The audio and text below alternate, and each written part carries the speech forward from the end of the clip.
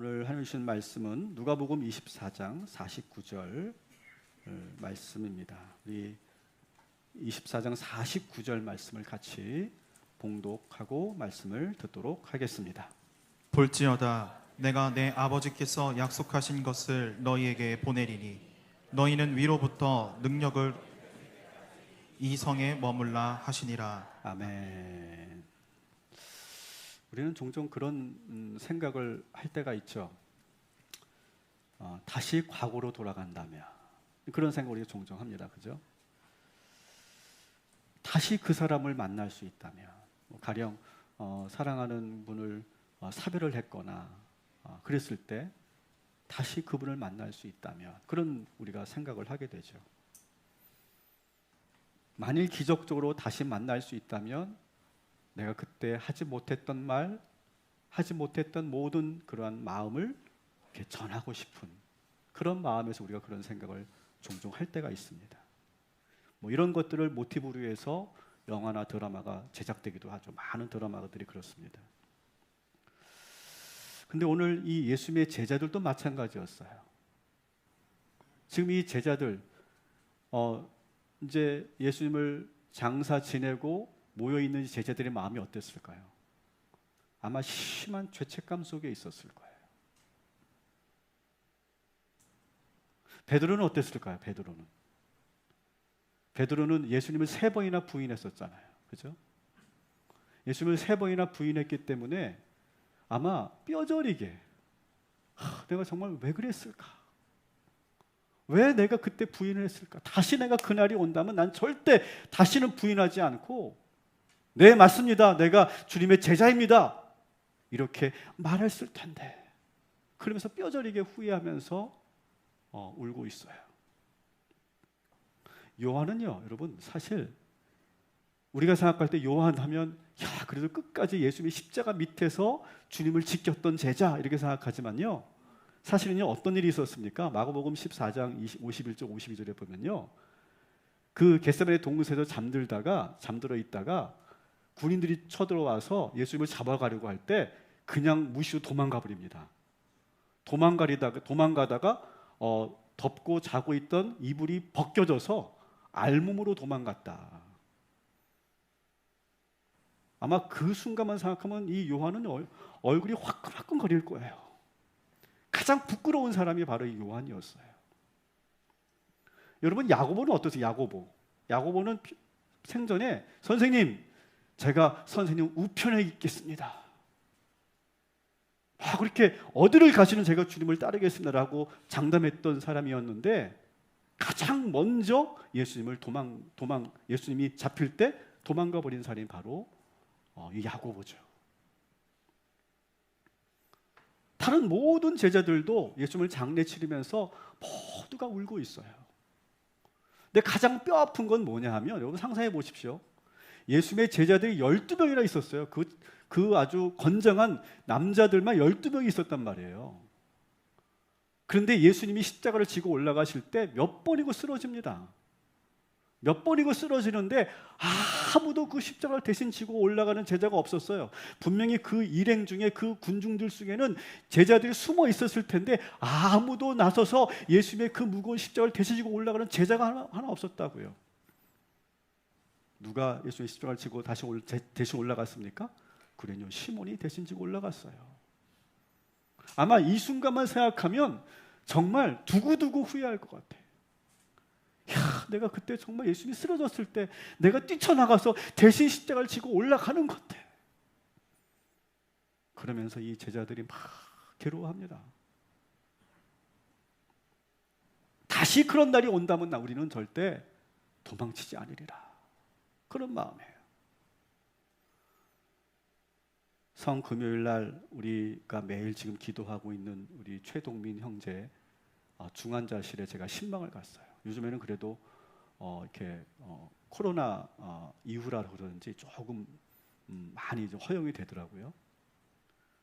그래서 제가 중환자실에 들어가서 제가 이제 기도해 주려고 기다리고 있는데 제가 좀 일찍 갔어요. 일찍 가서 그 중환자실 문 앞에 이렇게 있어서 많은 그런 그 그 병문안 그런 가족들이겠죠. 그분들이 계속 있는데 다 울고 계세요. 다 울고 계세요. 다 울면서 흐느끼면서 이렇게 하시는 그 소리를 제가 들었어요. 우연히. 더 잘해드렸어야 되는데, 그런 말을 다 하는 거예요. 더 잘해드렸어야 되는데. 계속 다들 그렇게 후회하면서 흐느끼고 있는 거예요. 여러분, 우리도 과거로 돌아가고 싶을 때가 참 많죠. 저는 제가 만일 과거로 돌아가면 언제로 돌아갈 것인가 한번 생각해 봤어요. 저는 20대로는 다시는 안 돌아가고 싶고요. 저는요. 20대 저는 별로 안 좋았습니다. 안 돌아가고 싶어요. 근데 정말 돌아가고 싶을 때가 언제냐? 우리 아이들이 2살 때, 3살 때, 그때로 다시 돌아가면 좋겠다, 그런 생각을 할 때가 있어요. 저 뒤에도 우리 아이들이 너무 예쁘잖아요. 지금은 저 뒤에 있는 엄마 아빠들이 얘들 언제 커? 막 그럴 텐데 정말 저처럼 후회할 날이 올 거예요. 다시 그때로 돌아가면 더 많이 내가 사랑해주고 더 많이 안아주고, 그 공부 그게 뭐라고 진짜 솔직히. 그냥 그 공부 때문에 막 애를 잡고, 저는 안 잡았어요. 그렇지 않고 그냥 다 그렇게 품고 우리 아이들 그냥 사랑으로만 키웠을 텐데, 그런 생각을 합니다. 아마 여러분도 그런 생각 해보셨을 거예요.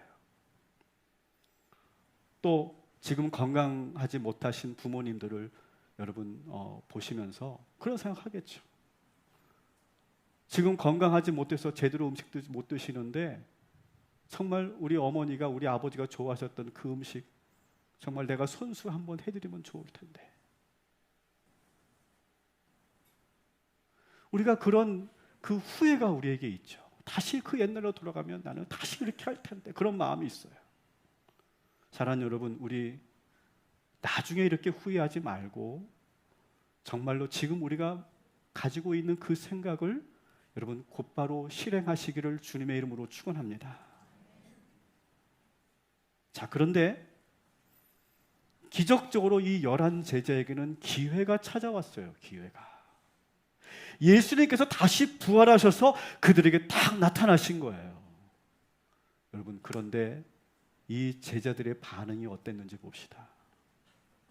예수님이 다시 오시면 난 정말 절대 배신 안 할 거고, 예수님이 정말 잡힐 때 난 절대 도망치지 않을 거고 끝까지 지켜드릴 거야, 그렇게 장담했던, 그렇게 울면서 후회했던 이 제자들이 정작 부활하신 예수님을 딱 만나고 났는데 어떻게 됐습니까? 믿지 못하는 거예요. 두려워하는 거예요. 오히려 마리아와 많은 여자들이 예수님께서 부활하셨다는 소식을 전했는데도 야, 말도 안 돼, 어떻게 그런 일이 일어나? 라고 하면서 의심하고 있어요. 다시 기회가 왔는데, 다시 예수님을 만날 수 있게 됐는데 이들은 그 기회를 잡지 못하더라는 거예요. 이게 사람이더라고요. 보고도 의심하는 제자들을 바라보시면서 안타까워하십니다. 예수님께서. 마가복음 16장 14절 같이 읽겠습니다. 그 후에 11 제자가 음식 먹을 때에 예수께서 그들에게 나타나사 그들의 믿음 없는 것과 마음이 완악한 것을 꾸짖으시니 이는 자기가 살아난 것을 본 자들의 말을 믿지 아니함일러라. 아멘. 여러분, 예수님의 부활을 보았다고 다 믿는 게 아니었다는 거예요. 곧바로 믿는 게 아니었다는 거예요. 부활을 보았다고, 예수님의 부활을 보았다고 그들의 삶이 즉시로 달라진 게 아니라는 거예요. 사랑하는 여러분, 오늘 우리는 예수의 부활을 기념하는 것이 중요한 게 아니에요. 여러분, 부활 이후에 우리의 삶이 달라져야 되는 줄 믿습니다. 그래야 진정으로 부활을 믿는 것이고 부활의 능력이 우리와 함께하는 거예요. 우리가 오늘 부활주일 예배를 드리고 이 말씀을 들었는데도 지난주와 똑같고 이전과 똑같다면, 아무런 변화가 없다면 여러분, 우리는 부활을 살지 못하는 거예요. 여러분 부활을 기념하지 마시고 부활을 사시기를 주님의 이름으로 축원합니다. 그렇다면 어떻게 우리가 부활을 살 것인가? 예수님께서 분명하게 말씀하시거든요. 부활 이후에 너희가 어떻게 살아야 되는지 세 가지로 말씀하십니다. 첫 번째 따라합시다. 평안하라. 자, 우리 요한복음 20장 19절부터 26절까지 같이 읽겠습니다. 이날 곧 안식 후 첫날 저녁 때에 제자들이 유대인들을 두려워하여 모인 곳의 문들을 닫았더니 예수께서 오사 가운데 서서 이르시되 너희에게 평강이 있을지어다. 예수께서 또 이르시되 너희에게 평강이 있을지어다. 8해를 지나서 제자들이 다시 집 안에 있을 때에 도마도 함께 있고 문들이 닫혔는데 예수께서 오사 가운데 서서 이르시되 너희에게 평강이 있을지어다. 아멘. 따라합시다. 너희에게 평강이 있을지어다. 너희에게 평강이 있을지어다. 너희에게 평강이 있을지어다. 몇 번 하시는 거예요? 3번이나 그렇게 말씀하셨어요. 가장 먼저 부활하신 예수님이 가장 먼저 하셨던 말씀이 너희에게 평강이 있을지어다. 평강을 축복하셨고 평강을 선포하신 거예요. 여러분, 왜 예수님께서 제자들을 보시자마자 이 샬롬을 명령하시고 축복하셨을까요? 제자들의 마음이 여전히 두려운 거예요. 걱정되는 거예요. 염려가 있는 거예요. 불안하고 두려운 거예요. 예수님의 부활을 보았는데도 확실하게 믿지 못하는 거예요. 그래서 문을 꼭꼭 걸어 잠그고 숨어 있는 거예요. 제자들은 예수님의 부활이 그렇게 마음의 평안으로 와닿지 않았던 거예요. 여러분, 오늘 이 자리에 계신 분들도 그런 분들이 계실 거예요. 예수님의 부활이 그렇게 와닿지 않는 분들이 계실 거예요. 왜? 지금 내 문제가 너무너무 심각하니까. 자꾸 그런 걱정과 내 개인의 염려 때문에 오늘 이 부활주일 예배를 드리고는 있지만 자꾸 딴 생각으로 가고 마음에 불안이 있고 여전히 걱정이 있고 염려가 있는 분들이 여기 계실 거예요. 예수의 이름으로 여러분을 축복하고 여러분에게 선포합니다. 예수의 이름으로 평강이 있을지어다. 다시 말씀드립니다. 평강이 있을지어다. 여러분, 예수께서 부활하셨습니다. 평강을 놓치지 마시고 빼앗기지 마시기를 주님의 이름으로 축원합니다. 이 말씀을 듣고 나서 드디어 비로소 이 제자들이 정신을 똑바로 차립니다. 그리고 그들이 그대로 평강을 찾아 나가기 시작합니다. 누가복음 24장 52절 53절 같이 읽겠습니다. 그들이 그에게 경배하고 큰 기쁨으로 예루살렘에 돌아가 늘 성전에서 하나님을 찬송하니라. 아멘. 그들이 다시 큰 기쁨이 생겼다는 거예요. 그래서 예루살렘으로 돌아가서 성전에서 하나님을 찬송하기 시작했다는 거예요. 예루살렘에서 무서워 도망쳤던 이 제자들이 다시 예루살렘으로 들어가서 성전에 들어가서 거기서 하나님을 찬양하기 시작했다는 거예요. 문을 꼭꼭 절어 잠그고 있었던 이 사람들이 성전에 들어가서 하나님을 찬양하고 예배하고 있어요. 부활의 능력이 임하니까 모든 두려움이 사라지고 마음에 기쁨이 생기고 평강이 생겨서 더 크게 유대인들이 앞에서 더 크게 하나님을 찬양하고 더 크게 예수 부활을 찬양하고 있다는 거예요. 사랑하는 성도 여러분, 기쁨과 평안으로 담대해지시기를 주님의 이름으로 축원합니다. 절대로 여러분 기쁨을 빼앗기지 마시기를 주님의 이름으로 축원합니다. 두 번째로 예수님께서 하신 말씀이 뭡니까? 따라합시다. 성령을 받으라. 예수님은 부활을 체험한 우리에게 성령 충만해질 것을 축복하셨어요. 우리 요한복음 20장 22절 같이 읽겠습니다. 이 말씀을 하시고 그들을 향하사 숨을 내쉬며 이르시되 성령을 받으라. 아멘. 예수님께서 평강이 있을지어다 이렇게 선포하시고 후 하고 숨을 내쉬면서 성령을 받으라 이렇게 말씀하십니다. 부활절을 보내는 우리 모두는 오늘 시간 성령 충만해질 줄 믿습니다. 여러분 시들시들한 인생 쭉 처져 있는 인생 그런 인생 살지 마시고 성령의 능력이 임하여서 주의 이름으로 찬양하고 부활의 능력으로 살아가시기를 주님의 이름으로 축원합니다. 자, 그럼 어떻게 하면 성령을 받을 수 있을까? 누가복음 24장 49절 같이 읽겠습니다. 볼지어다 내가 내 아버지께 약속하신 것을 너희에게 보내리니 너희는 위로부터 능력으로 입혀질 때까지 이 성에 머물라 하시니라. 아멘. 위로부터 능력이 임할 때까지 어떻게 하래요? 이 성에 머물라 이렇게 말씀하세요. 위로부터의 능력이 뭡니까? 바로 성령의 능력이 임할 때까지 이 성에 예루살렘을 떠나지 말라라고 하는 거죠. 사도행전 1장 4, 5절에도 그렇게 되어 있습니다. 같이 읽습니다. 예루살렘을 떠나지 말고 내게서 들은 바 아버지께서 약속하신 것을 기다리라. 너희는 몇 날이 못되어 성령으로 세례를 받으리라 하셨느니라. 아멘. 사랑하는 여러분, 먼저 이 예수님의 약속을 잊지 말고 믿으시기 바랍니다. 부활절을 보내는 우리에게 성령이 임할 줄 믿습니다. 따라합시다. 성령이여 우리에게 임하소서. 성령 충만케 하소서. 성령의 능력으로 기름 부어 주소서. 여러분, 그렇게 사모하며 이 성전을 떠나지 않고 오히려 더 모이게 힘쓰는 저와 여러분이 되기를 축원합니다. 여러분, 예루살렘을 떠나지 말라는 말은 그거예요. 흩어지지 말라는 거예요. 흩어지지 말라는 거. 그리고 성전을 떠나지 말라는 건 뭡니까? 예배에 집중하라는 거예요. 여러분, 성령님은 언제 임합니까? 혼자 가부좌 틀고 조용히 명상하며 성령이 임합니까? 전혀 그렇지 않아요. 우리 기독교에서 말하는 성령은 따라합시다. 공동체의 영. 우리가 함께 모여 있을 때 성령이 임하는 거예요. 함께 모여서 예배하고 찬양하고 합심하여 기도할 때 성령이 임하는 거예요. 그래서 떠나지 말라, 모이게 힘쓰라고 지금 예수님께서 말씀하시는 거죠. 여러분, 우리가 부활주일 이후로부터 우리가 변화가 있어야 된다면, 가장 먼저 우리가 눈에 보이는 변화가 있어야 된다면 여러분, 예배에 더 집중하시기 바랍니다. 그리고 공예배에 더 많이 오시기 바랍니다.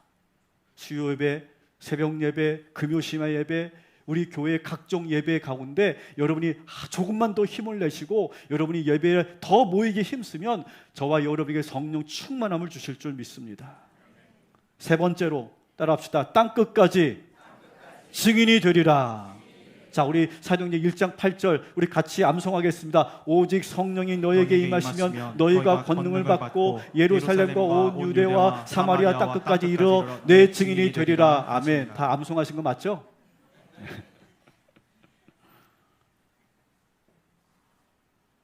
뭐라고 합니까? 성령을 받았으면 어떻게 합니까? 그냥 성령 받고 은혜 받는 것으로 끝나는 것이 아니라 여러분, 증인이 되리라. 예수 부활을 증거하라고 하는 거예요. 마태복음 28장 19절 20절도 같이 읽겠습니다. 시작. 그러므로 너희는 가서 모든 민족을 제자로 삼아 아버지와 아들과 성령의 이름으로 세례를 베풀고 내가 너희에게 분부한 모든 것을 가르쳐 지키게 하라. 아멘. 여러분, 이 예수님께서 부활하시고 평강을 얻고 성령 충만을 받은 이 성도들이 어떻게 변했냐 하면요, 이제 밖으로 나가기 시작한 거예요. 밖으로. 여러분, 이렇게 아주 심한 우울증에 걸려보신 분들은 아실 거예요. 우울증에 딱 걸리면 일단은 문을 걸어 잠굽니다. 밖으로 나가는 걸 두려워합니다. 그런데 이 제자들도 지금 심한 죄책감과 두려움과 염려 속에서 완전히 디프레스된 상태에서 문을 걸어 잠그고 있었던 제자들이었거든요. 근데 그들이 성령의 충만을 받고 나서 어떻게 합니까? 가장 먼저 드러난 현상은 문을 열어 젖혔다는 거예요. 문을 열어 젖히고 그리고 어떻게 합니까? 밖으로 나아가서 아직도 위험한데 전혀 두렵지가 않아요. 아직도 지금 유대인들이 지금 예수 믿는 자들을, 제자들을 잡아 가두려고 혈안이 돼 있는데도 두려움이 사라진 거예요. 그리고 이 사도들이요, 12사도가 이제 스크럼을 짜고 예루살렘에 있는 모든 사람들 앞에서 큰 소리로 외칩니다. 우리 사도행전 2장 14절 우리 한번 같이 읽겠습니다. 베드로가 11사도와 함께 서서 소리를 높여 이르되 유대인들과 예루살렘에 사는 모든 사람들아 이 일을 너희로 알게 할 것이니 내 말에 귀를 기울이라. 아멘. 이 베드로와 이 나머지 11사도가 딱 스크럼을 짜고 예루살렘 성전 앞에서 큰 소리로 이 일을 너희에게 알게 하려니 내 말에 귀를 기울이라 라고 소리칩니다. 그래서 뭐라고 소리칩니까? 우리 주 예수 그리스도를 너희들이 죽였으나 우리 예수는 3일 만에 부활하셨다, 이렇게 선포하는 거예요. 여러분, 평소에 이렇게 기죽어 있고 아무 힘이 없는 연약해 보이는 사람이 갑자기 이렇게 돌변할 때 그때 무서운 거죠.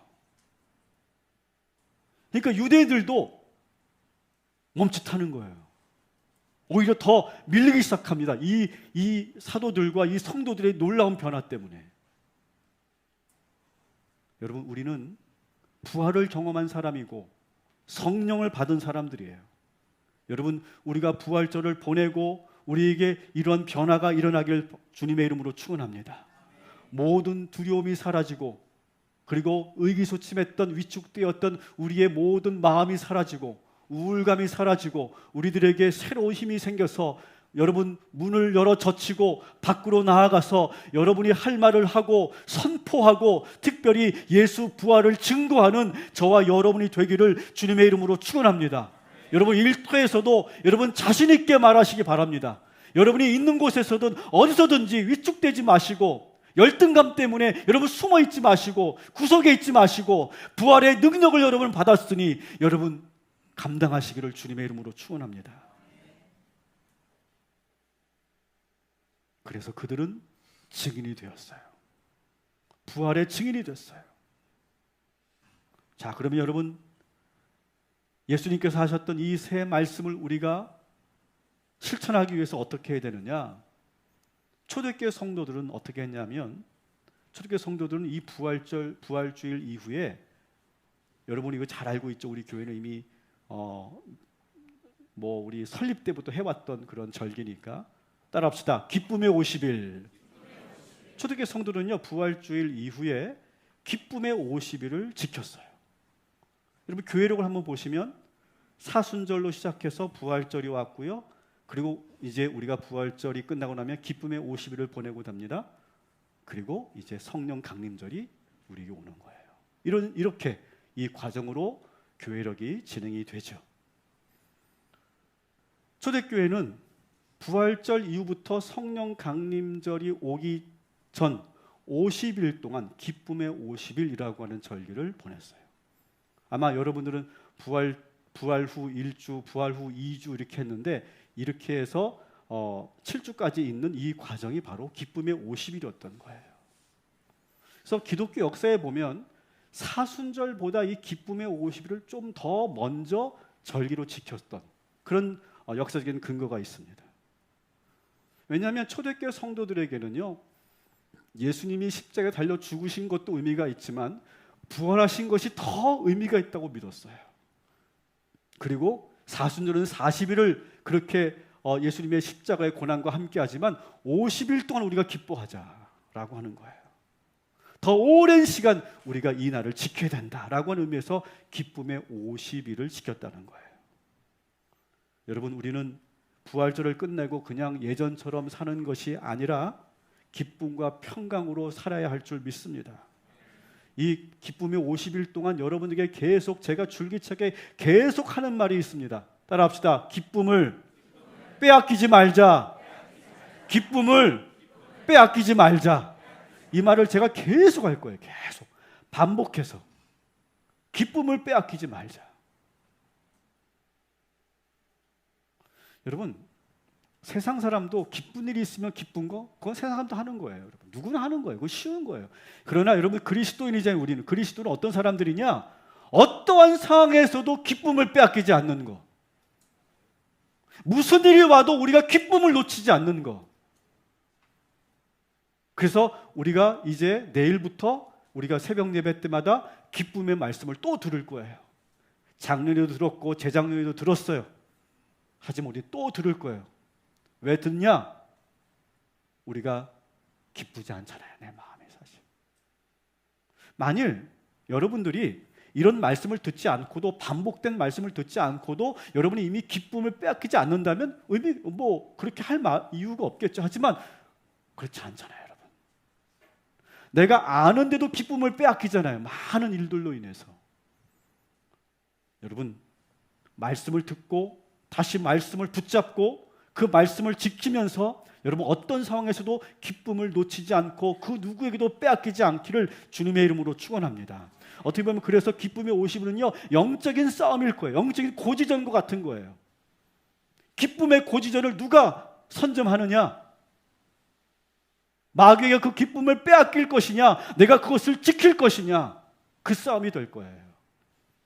이 영적 싸움에서 기쁨의 50일을 승리하고 우리가 기쁨을 누리시기를 주님의 이름으로 축원합니다. 여러분, 우리가 부활을 정말 믿는다면 우리는 부활 이후의 삶을 살아야 돼요. 부활의 주님께서 하셨던 이 세 가지 말씀 따라합시다. 기쁘고 평안하라. 기쁘고 평안하라. 성령을 받으라. 성령을 받으라. 증인이 되리라. 증인이 되리라. 여러분, 기쁘고 평안하라. 성령을 받으라. 증인이 되리라. 예수님께서 부활하신 예수님께서 우리에게 하신 말씀이에요. 이 세 말씀을 여러분 절대로 잊지 마시고 이 말씀대로 부활의 삶을 살아내시기를 주님의 이름으로 축원합니다. 아멘.